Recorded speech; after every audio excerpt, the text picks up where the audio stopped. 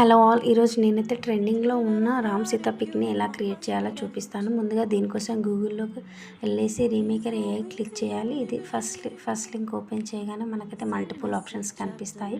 Face swap now అని, multiple swap now అని వచ్చేసి సింగిల్ పిక్చర్ కోసం అయితే ఫేస్ స్వాప్ నౌ అని, multiple like family or couple pics కోసం మల్టిపుల్ స్వాప్ నౌ క్లిక్ చేయాలి. నేనైతే ఇక్కడ సింగిల్ పిక్చర్ కోసం ముందుగానే గ్యాలరీలో సేవ్ చేసుకున్న ఒక పిక్చర్ని అయితే నేను అప్లోడ్ చేశాను.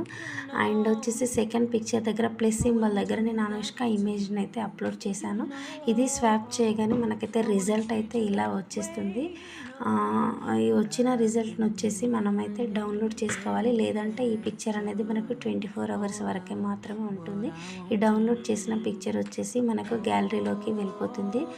దీనికోసం ముందుగా అయితే మనం ఇలాగా మన మెయిల్ ఐడితోని లాగిన్ అవ్వాల్సి ఉంటుంది. ఒక్క మెయిల్ ఐడికి వచ్చేసి 15 పిక్చర్స్ వరకు మాత్రమే లిమిట్ ఉంటుంది.